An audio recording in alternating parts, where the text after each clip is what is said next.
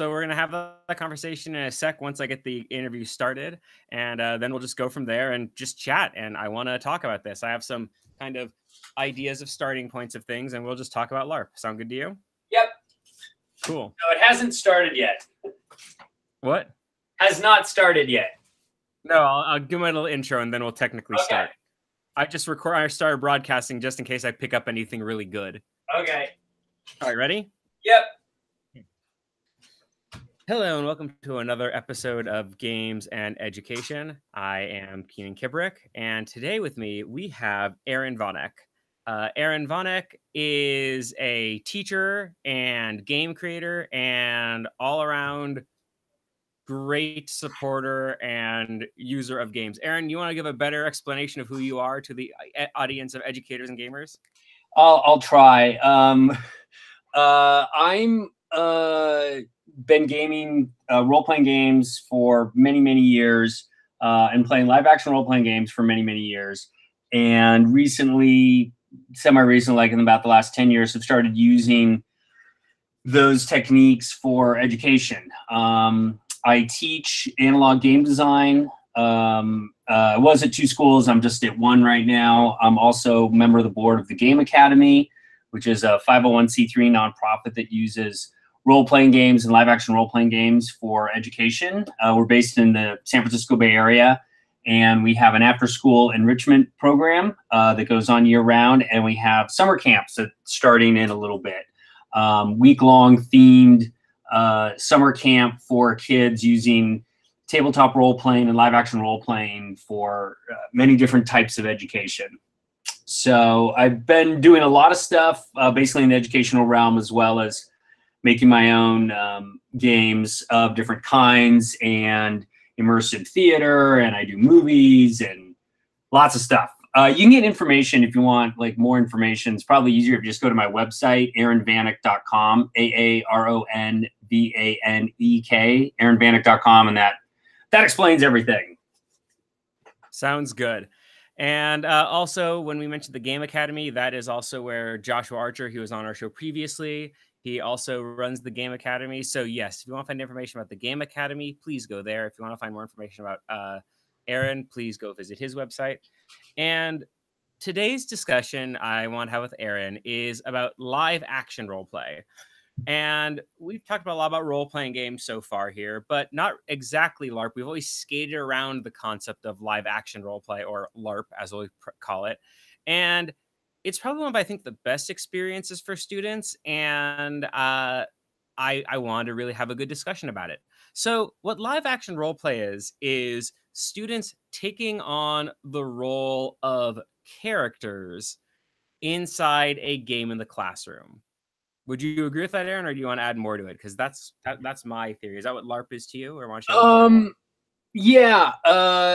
It's essentially it's very similar to tabletop role playing, but the players, which are students in this case, although it can also be the teachers, instead of narrating their actions as you would in a tabletop role playing game, you actually perform your action. So instead of saying, I walk over to the professor and say blah blah, whatever you say, you actually do that.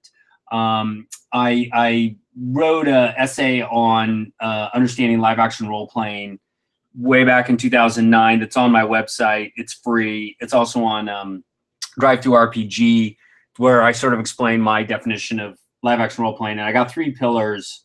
And go into the different aspects of it, but it's probably easier to read. But in this case, for classrooms or not classrooms, just as a learning thing, the main difference is between tabletop role playing and live action role playing is that you are actually doing the action that your character is, rather than narrating it to a GM. Correct. And yeah, so that is live action role play in a nutshell. You have a character, you act in the classroom, and that's really it. It's a wonderful thing. And you might already think of yourselves, as you're hearing this, that you might have done this in your classroom. If you've ever sent students into pretending they are characters in the past, or you've done a game, I know I've done battle simulations in class. That effectively is LARPing in its way. They are characters with their own thing from the past or their own ideas, and they are taking actions. And I personally think LARP is so important because when you're doing the actions, when you're actually making them happen, that really that that allows you to understand and feel a certain way. That is I think a great learning tool. Yeah, it works in a lot of ways, just with people who have different students that have different learning, um, different types of learning, that you can engage them, because people can be talking to them, which is sort of the traditional lecture style learning. But then with live action role playing, they get to actually perform things. It's hands on directly. They're the ones manipulating objects or doing something on their own. They can learn from other peers. It's far more tactile. So it's like a giant lab, essentially, in some ways. Like if you think of science, biology lab or something like that, that they're actually in a way performing the actions of whatever the skill it is. So in different LARPs, for example, there's one that I ran for an 8th grade science class, and the students played scientists at a garden party in revolutionary France, pre-revolution France. And they were actual historical figures debating scientific theories, and they would present them to Marie Antoinette, who was played by the teacher, to see what what was effective. And they had to use evidence. It was essentially a method of using the scientific method, which was what the underlying goal was, the standard. And but they were just scientists, kind of like acting like scientists. And so it's really powerful in a way that the students get to play pretend, doctors or lawyers or scientists or mathematicians or whatever, whatever the subject matter is, whatever you're trying to teach them. They actually, instead of, say, reading about Benjamin Franklin, they play Benjamin Franklin. And hopefully, if it's structured well, then you're doing research on Benjamin Franklin beforehand to know what he wrote and what he was thinking, and et cetera, et cetera. And it's extremely effective. There's a great program from Barnard College called Reacting to the Past, RTTP, that's been around for over 10 years for college students, history college students, where they're basically LARPing, and they take on the roles of whatever the subject matter is, say Constitutional Convention or Trial of Galileo or whatever. And they have to read primary sources for the history to get involved with their character and know about it, and then essentially act as their character in a situation, whatever it is, and then write a report on it afterwards. And it's much, much more, I believe, much more effective method. Instead of reading about someone who did something, you actually get to be in an emotional engagement. In other words, you're arguing with other people, and you can actually feel the tension of, no, I really believe, this or something like that. If you think the Constitutional Convention and Hamilton and Adams and everything like that, arguing those positions, not in a historical way, but that's you doing it. So taking on this role, you're actually embodying that person. And a lot of times it's far more intriguing and far more effective method of having them retain that knowledge, because it's attached to an emotion, to a feeling. And I believe that that learning with emotional baggage, when you attach an emotion to hard learning, students retain that much more, because you remember when you were angry or scared or frightened or something like that, and you remember why, and that's the knowledge that we're trying to get to the students. Absolutely. I do love the reason for that knowledge. It's so much easier to gain knowledge when you are part of the system. You're actually thinking and doing and reacting. And one thing I think is also important to know is it's not complicated to do a LARP. You just have to give students roles or ideas of roles they want to play. I know a lot sometimes are nervous about the word LARP. They think there's a lot of rule systems for it, or lots of instructions of how to do it, but really it is just more playing than a whole system of rules in the basics, I would say.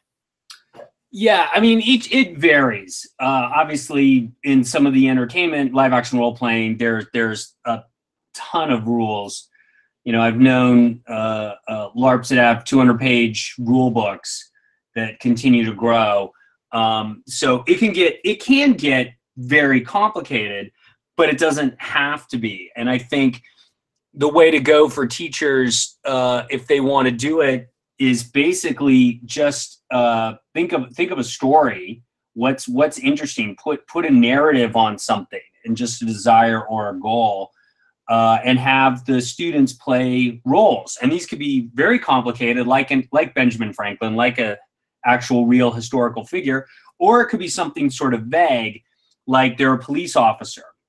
So another educational LARP I did for the 8th grade science was the students were police officers investigating mysterious deaths, and they had to use science to figure out, gather evidence and find out what the cause of death was, for example. And then they would present their case to the judge, quote unquote, who of course was the teacher, on the last day. And they think, this is what happened, and this is our evidence to back it up. But it was essentially a very simple premise.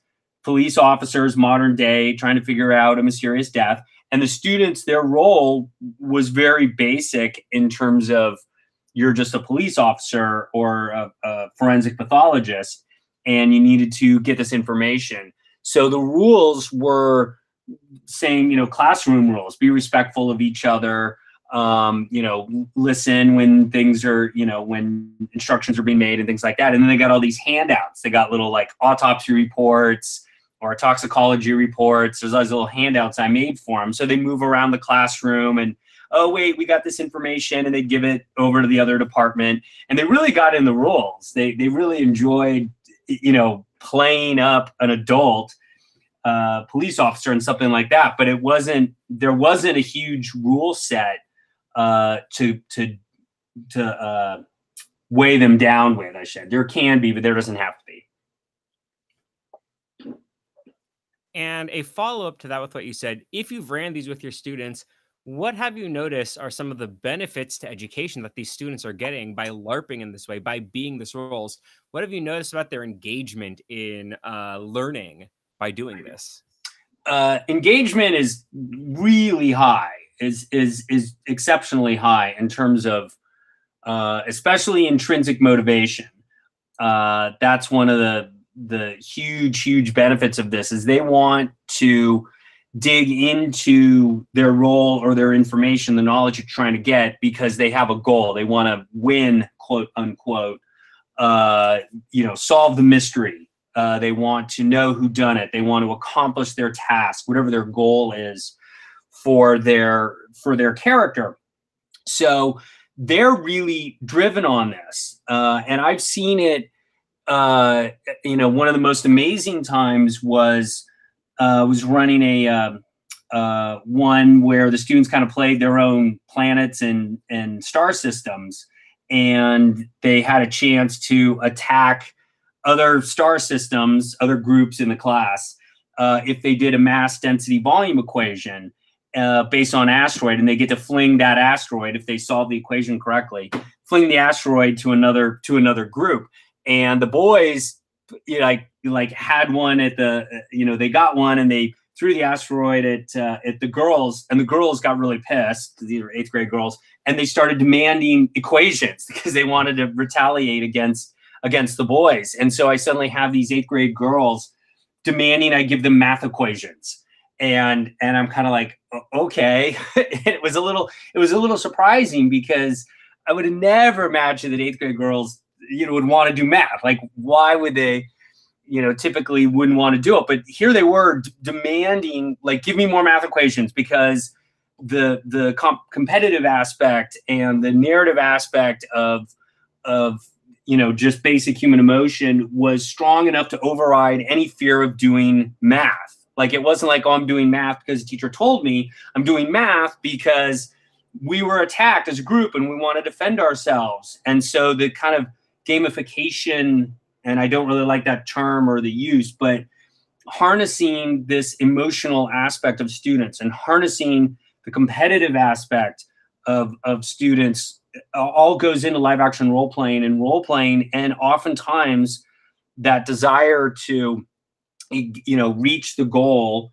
whatever that is, whatever you said, overrides fear or nervousness of doing the task itself, because they see why they're doing that task, not because you told them to or they want to get a grade, but because they wanted a satisfactory emotional ending or narrative ending or something like that. I love, first of all, you're tying it into the emotions and the narrative ending. That is that getting it back to intrinsic motivation, then extrinsic motivation. Uh, and you're right, it is those emotions that work with it. What I love most, though, is you've now shown that, most people think, oh, this is a history thing or a language arts thing. You've shown that science, clearly, you can LARP with when you're doing forensics investigations, and math with all the rules can be used for a LARP system as well. So really, this LARPing could be used with every single subject area very well.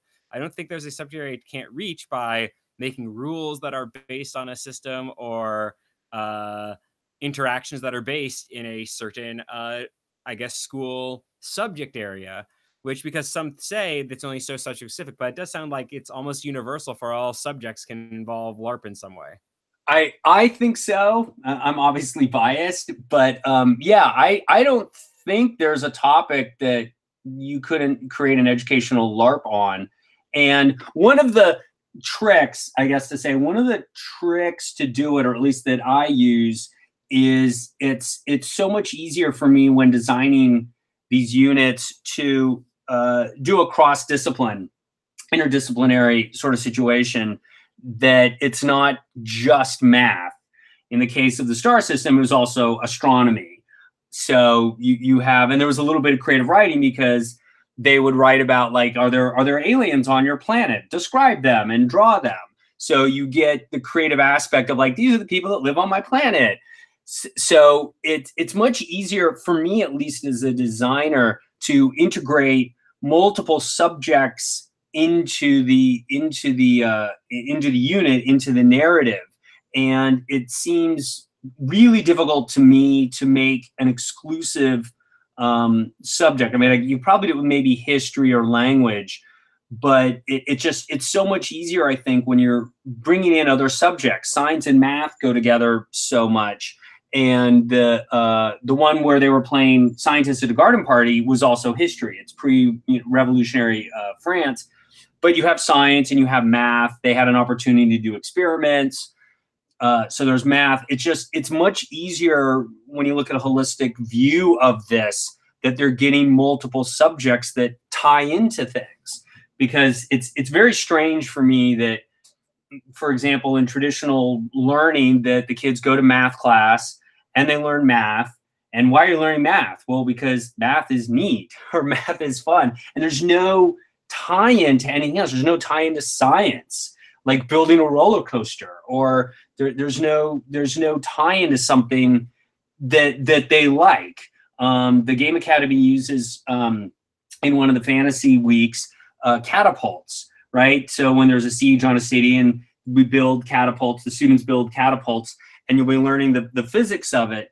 Suddenly it's like, well, why do I need to learn these physics? Because I need to make a good catapult to get into the city that we are attacking. So there's this narrative draw to doing the science, and you can see how that works in terms of physics, but also history, and how, like, the development of the catapult worked.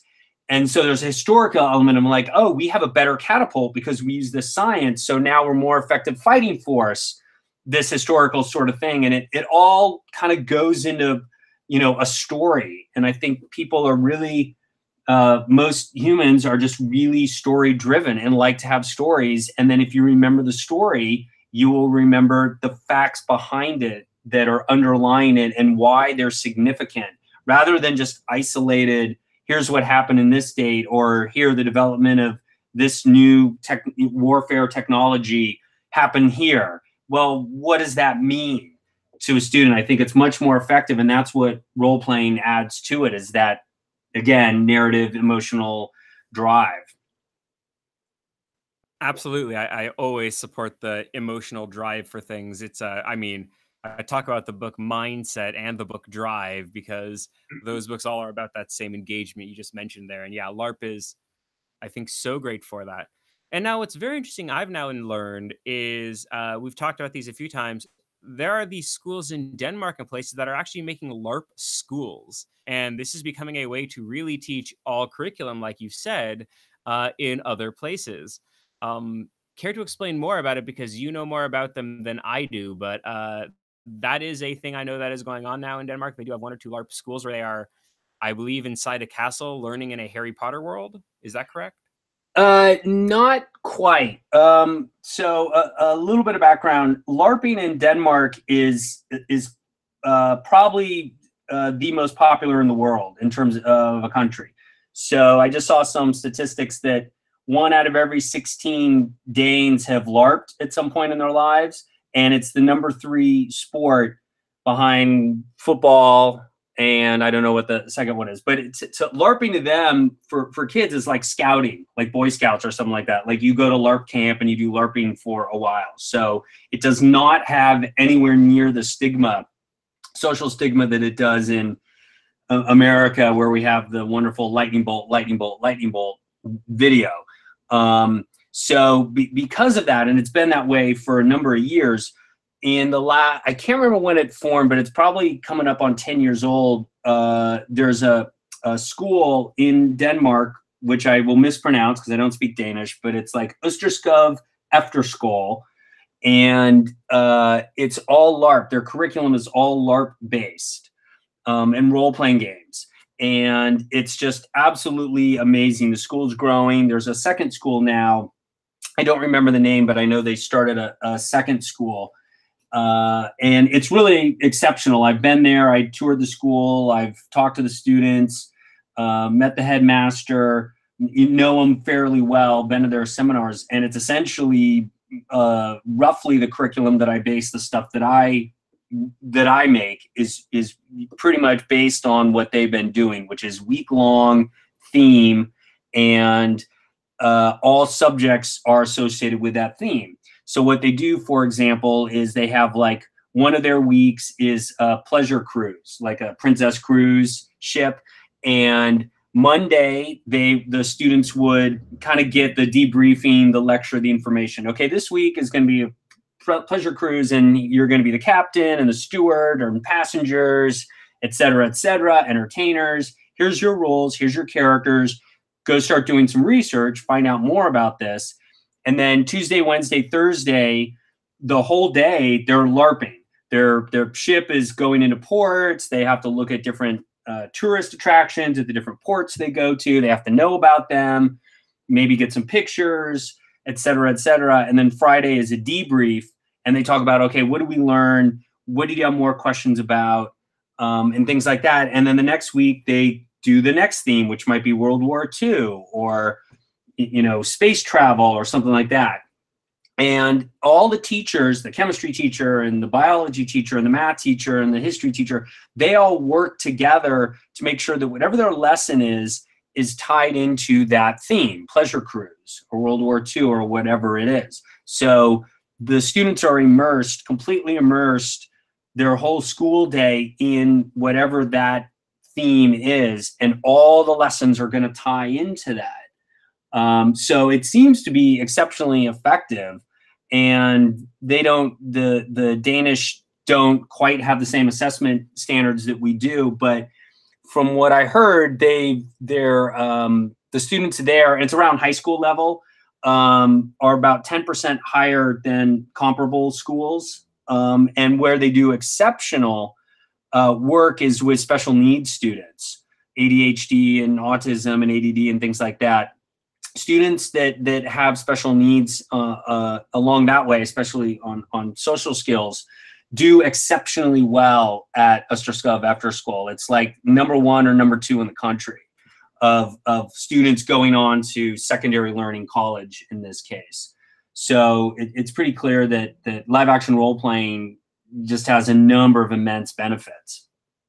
Well, I'd say for some reason it sounds like it's about since I always am fascinated by the four C's of learning, it really ticks a lot of them. So many of the games you mentioned, critical thinking is all around them because you have to think of all these ideas to win the game, to compete, or to even just know your character.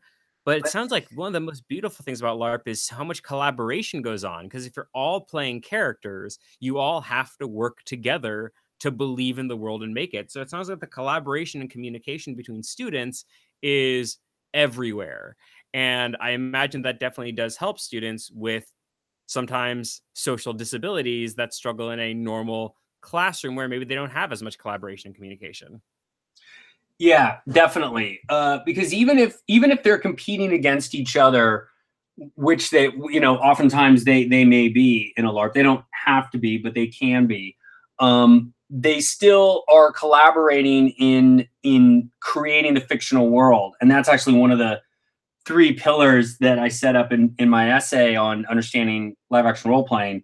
Is that one of the things that's needed to do is all the participants have to agree to create the magic circle, essentially create this fictional liminal space within which everything inside that is not necessarily what it really is. Meaning a chair may not be a chair, it might be a throne. And everyone in there may not be who they are. The teacher isn't your teacher, it's Marie Antoinette. But we all have to agree to that. We all have to collaborate and say, okay, this is, a 1785, garden, mansion in France. This is a spaceship. This is whatever, and they all sort of agree to that, and they're supporting each other. I've seen a lot of students helping each other, and that's the other enjoyable thing I like about it, is that a lot of times in traditional learning, the teacher becomes a bottleneck to the knowledge. There's one person with the knowledge that is trying to disseminate it as quickly as they can with the greatest throughput as they can to a class of, let's say 30 students. And that can be very difficult because a lot of students, have different focus levels and different preferred or beneficial ways of learning. But when you're LARPing, it can get very chaotic, which is something that can be daunting to a lot of teachers or principals. But you have the ability of peer-to-peer learning. And so when we did the first educational LARP, Star Seekers, all the students, sixth grade students, were in the classroom, and they were all in different departments on a spaceship. Some were in the engineering bay, some were in the bridge, et cetera, et cetera. And the engineers, when they had trouble doing the math equations to get power for the spaceship, the bridge would come over and help them because they obviously wanted power to the ship. They're like, what's going on, engineering? We need more power. And they're like, I can't. And they'd come down and go, okay, what is the problem here? And all of a sudden you have those students helping other students because they have the same goal. They have the same narrative goal, the same emotional goal. So the students kind of become teachers, and they can talk to each other, debate, and things like that. And that opens up the knowledge and the learning so that the teacher doesn't have to essentially be one-on-one with each student. They can concentrate on sort of the ones that need it or are having trouble, while the other students can help each other.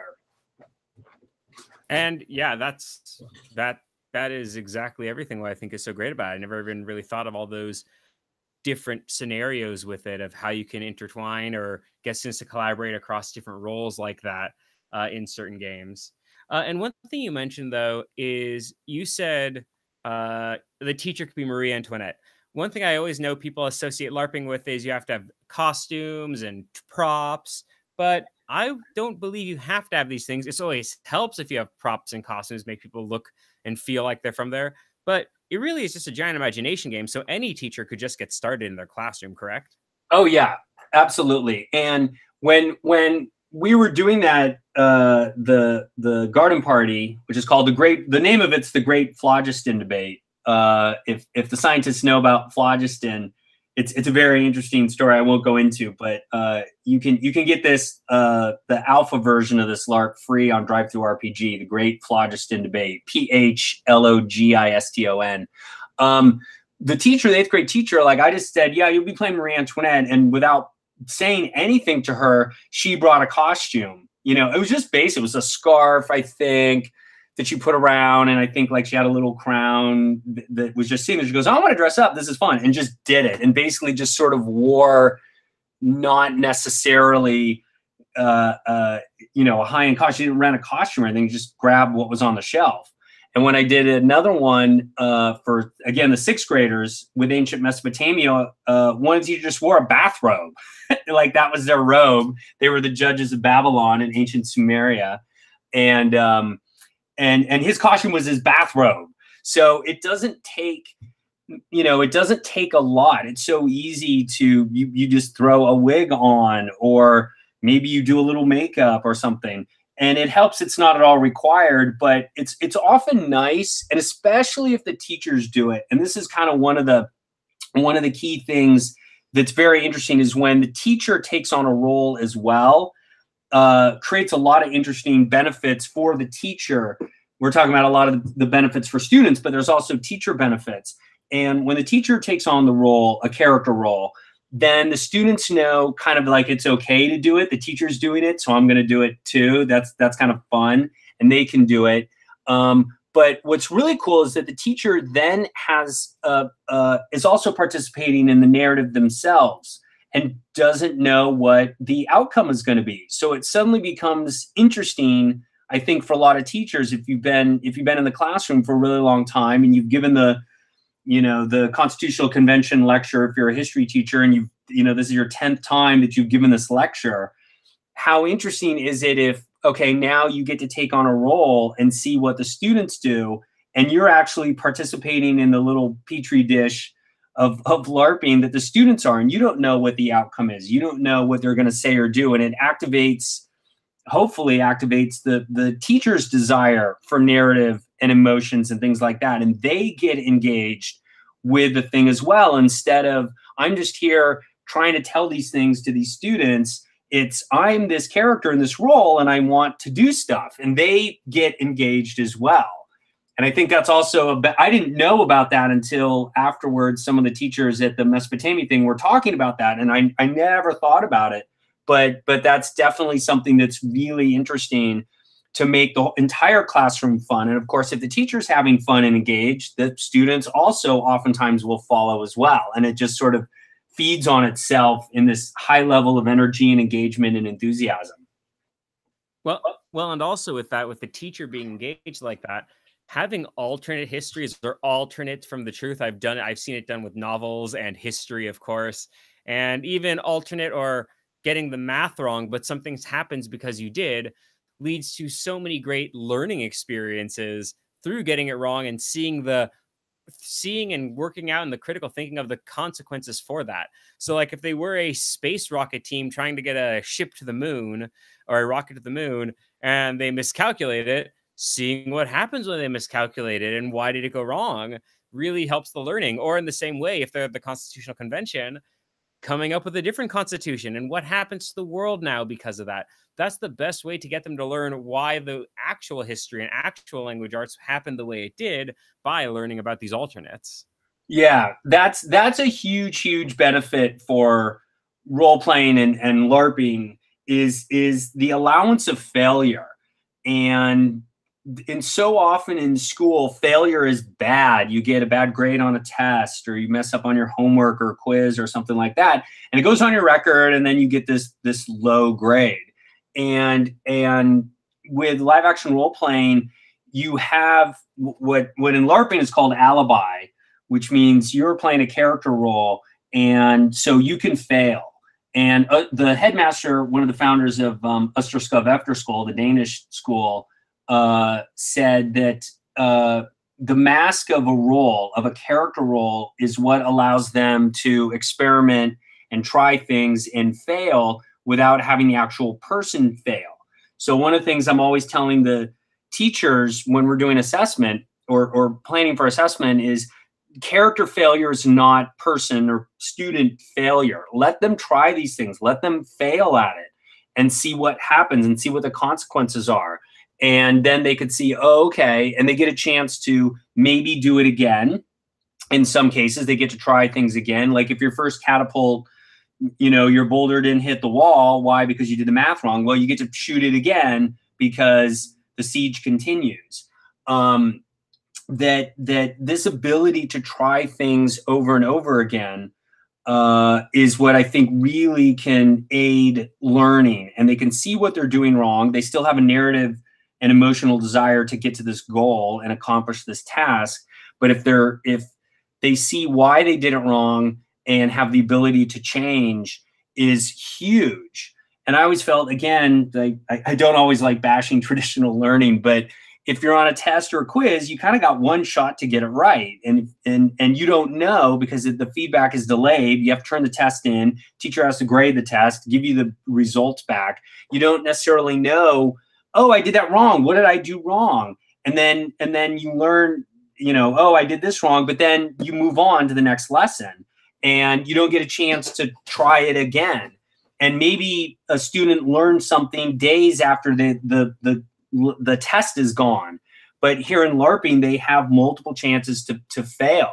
And it's actually interesting in going over it, especially when you do a debrief like they do at the Danish school.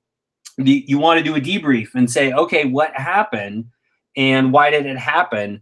And if we failed, but it was because of this, and if we could do it again, we would do it this way, is so much, I think, more effective in learning overall than trying to pump all this information through a textbook or through a teacher in a lecture and then just seeing if they had any retention through a weekly quiz.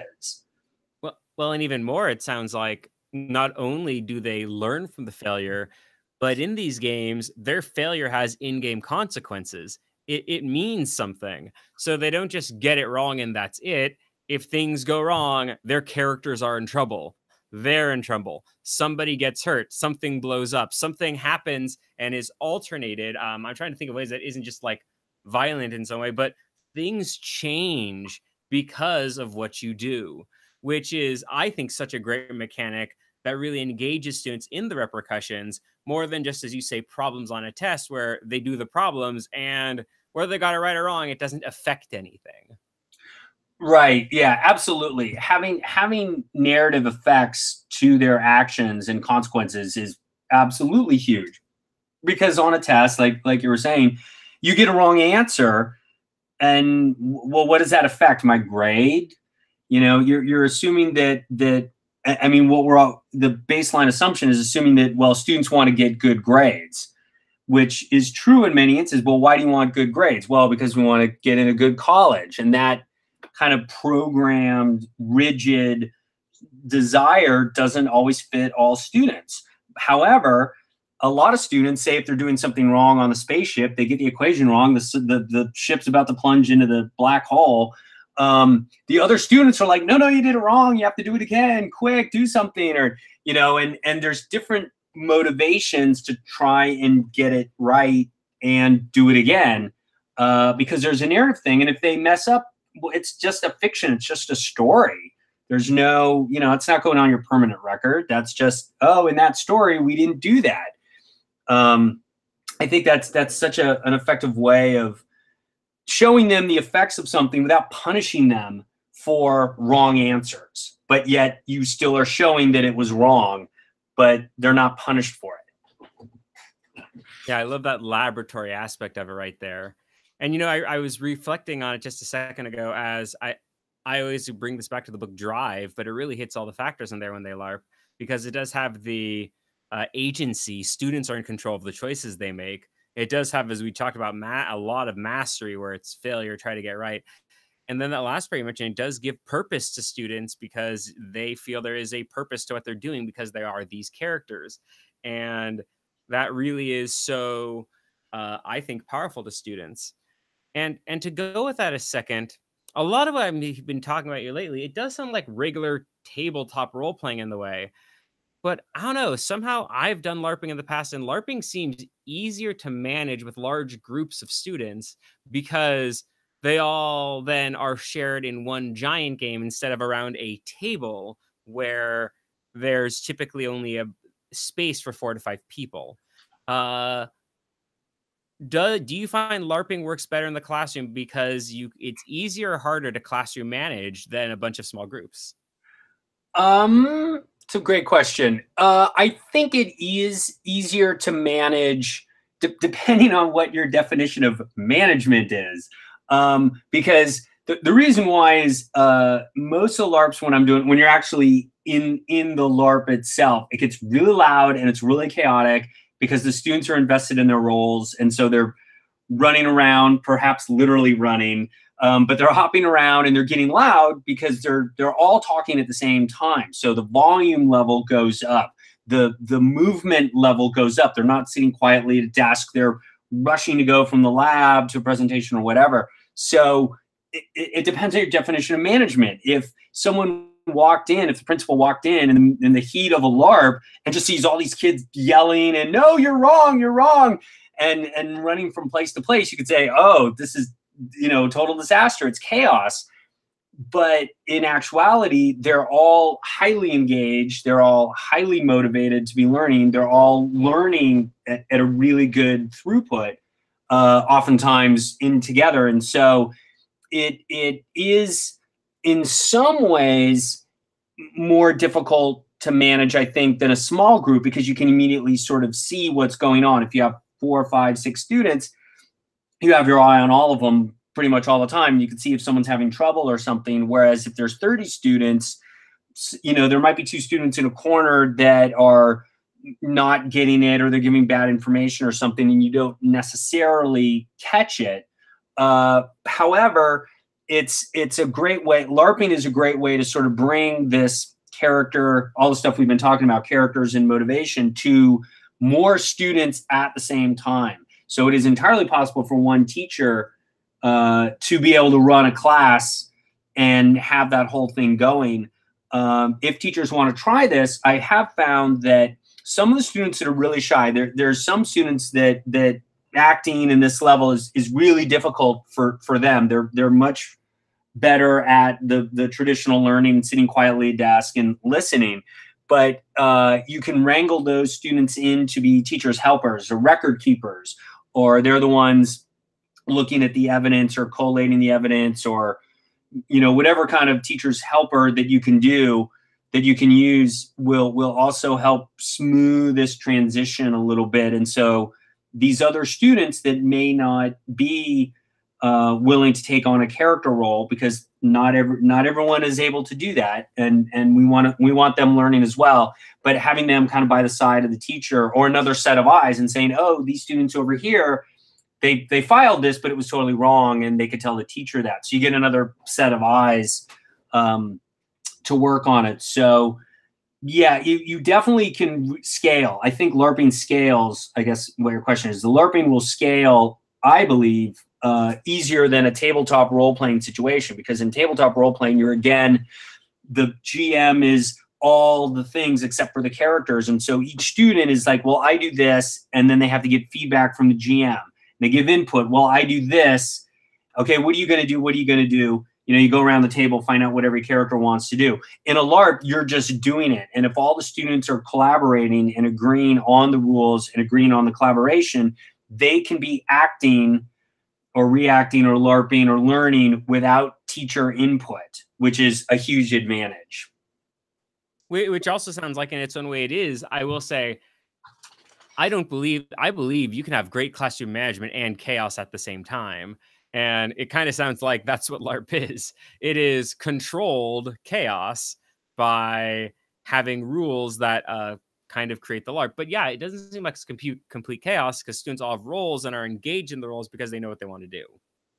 Yeah, a controlled chaos is exactly the term I use too. That's exactly what I say, is that if you look past the volume level, the noise level, and the movement level, and the energy level, and see, okay, what are they talking about? What are they doing?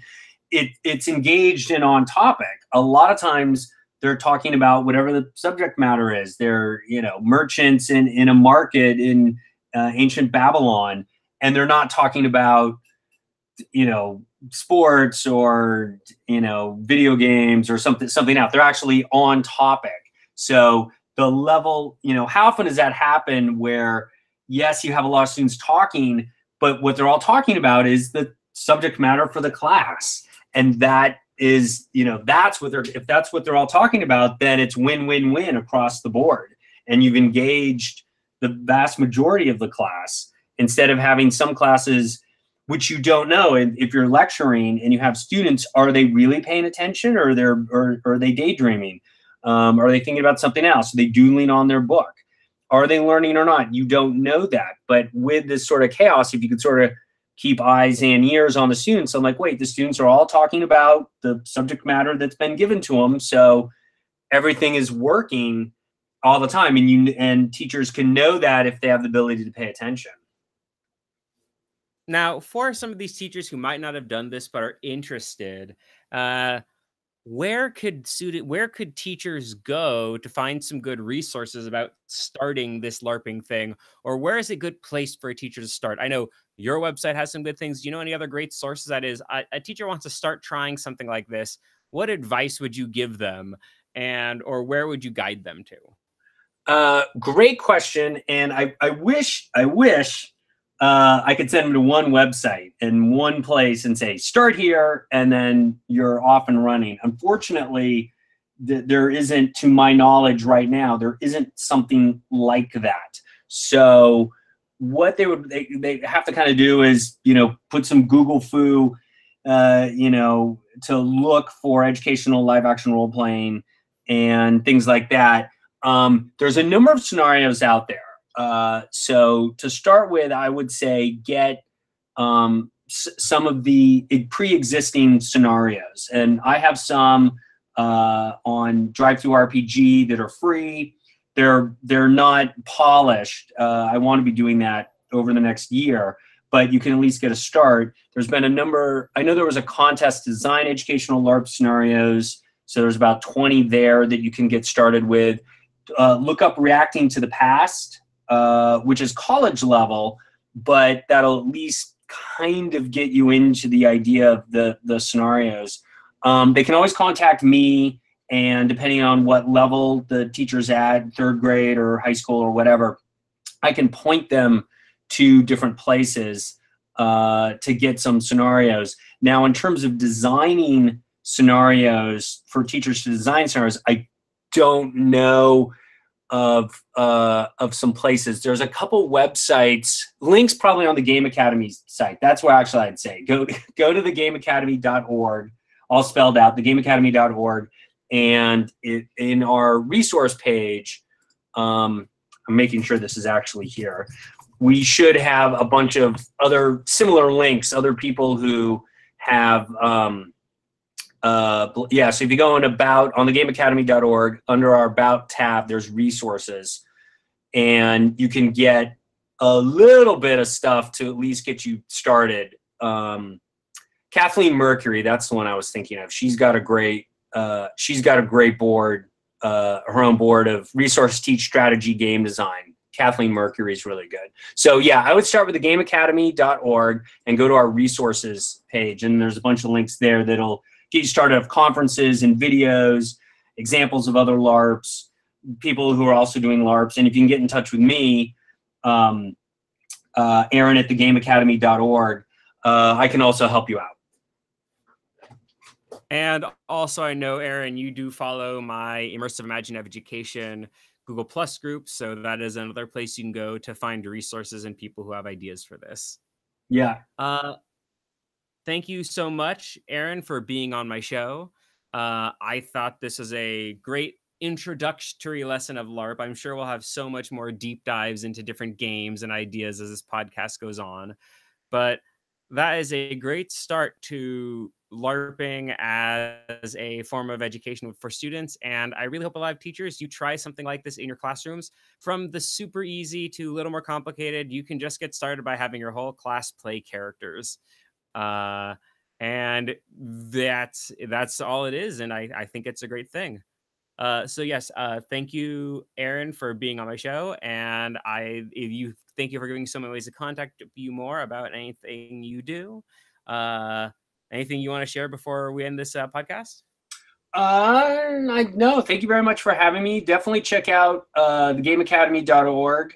We also have a Facebook group. Check that out and talk to us. We're really engaging. We're looking to expand our programs out of the San Francisco Bay Area into other places. And hopefully over the next year or so, we'll start, kind of putting some of these LARP scenarios out so teachers can use them in their classrooms as like a PDF or a book or something. So stay tuned for more information. Awesome. Perfect. Thank you so much, Aaron. Thank you. All right, and that's the end of the podcast. You don't have to leave yet. I'm just going to keep the camera rolling or the broadcast rolling just in case I pick up anything. But I wanted to aim for about a 45-minute episode, and that's sadly where it had to go. I'm pretty sure you've talked so much more about LARP than just that. Yeah, no, that's fine. This is perfect. This sounded good. Hopefully I gave you some good stuff. Thank you for having me. You gave a lot of great information. Pretty much it is LARP has been this topic I've skated around since episode 1. Like I keep bringing it up a little bit and a little bit. And I wanted to have a full episode about the subject. And you brought it everywhere I wanted to go, from saying that there's math games that use it, like launching, rockets or launching asteroids at each other, to science games, to spaceship collaboration games. All that stuff was like exactly the type of stuff I wanted people to hear, because then it no longer becomes resigned as yes, the only thing you LARP is like my Civil War reenactment, or my medieval town. It is like, that's a great place. I agree. But I love that it's like, no, anything can be a LARP. It's just a way to engage the students. Yeah, absolutely. You can, sorry, I'm opening the windows. Yeah, there's so many possibilities that you can really go into, especially like if you're in a math class and like, okay, how are we going to LARP this? It's would be applying the math. All right, so what are you learning? Fractions, decimals, or whatever it is. We put math into math and geometry in when I did Hit Seekers, where the students in groups were record executives, music moguls, and they would need to sign a fictional artist to their label and record an album. But to do that, they had to compute like percentage deals, like, okay, what percent of the record sales are going to the artist and to us, and they had to do time and budget management, but it was also accounting. How much money they had. They started with $1 million, and the goal was get as much money as possible. And then one of the things we did with geometry was you have to book your artists into different clubs, and to successfully book them in a club, you had to compute how many people could be seated in trapezoid club, or 2 spheres. So you had to compute the volume, the area of a shape, and to compute like ticket sales, like how many people could fit in this area of a circle of the stage and stuff like that. And you correctly do that, and then you could book your artist in the club, and then you get more money, et cetera, et cetera. But it's basically just taking these math concepts and putting this relevant narrative to it, because you see it all the time in the word problems, math word problems, but those are so old and boring, and they're not necessarily associated with anything. What about actually doing the word problems in a LARP becomes a little more, hopefully, a little more engaging. And that, of course, is why I wanted to keep this going, because even after it was done, I got great sound bites that I might use and throw them in there. Sure. Thank you so much, Aaron, and thank you for everything you're doing with the Game Academy. I'm working with Josh. I'm sorry you couldn't be here today for this, but he's really busy, I guess, with the Game Academy going on right now. Yeah. He just got back from vacation, and I'm sure has tons of things he has to catch up on. So I'm actually not surprised. Same, but I am going to be trying this year. I don't know when I'm going to start or ever do it, but try to open up my own Game Academy like thing down here for students. Awesome. For next summer. Awesome. So I don't know how I will pull that off, but I have a year to plan it. Yeah. That sounds awesome. Yeah, I just want to do it, and I think there'll be a lot of students that want to. But yeah, thank you so much, Aaron. I really appreciate all your stuff on LARP, and I'm glad to hear things are going well with you. Yeah, thank you very much for having it. Stay in touch, please. Let me know what you're working on. Of course, and I'll let you know when your episode is on there. Yep. As I've said, I have a few episodes in the queue that I still need to finish up. Probably you'll be on. My schedule is about like a month or so out, so you'll probably wind up there August. Okay. But then I will let you know when you're on, and you'll see yourself on Google Plus and Twitter or the rest of them, and then so I'll let you know I'm done editing. Please do. Thank you. Thank you very much for this. I really appreciated it. Thank you for having me. Stay cool. Have a good weekend. Good luck with the staying cool as well. Yeah. Bye. Thanks, Keenan.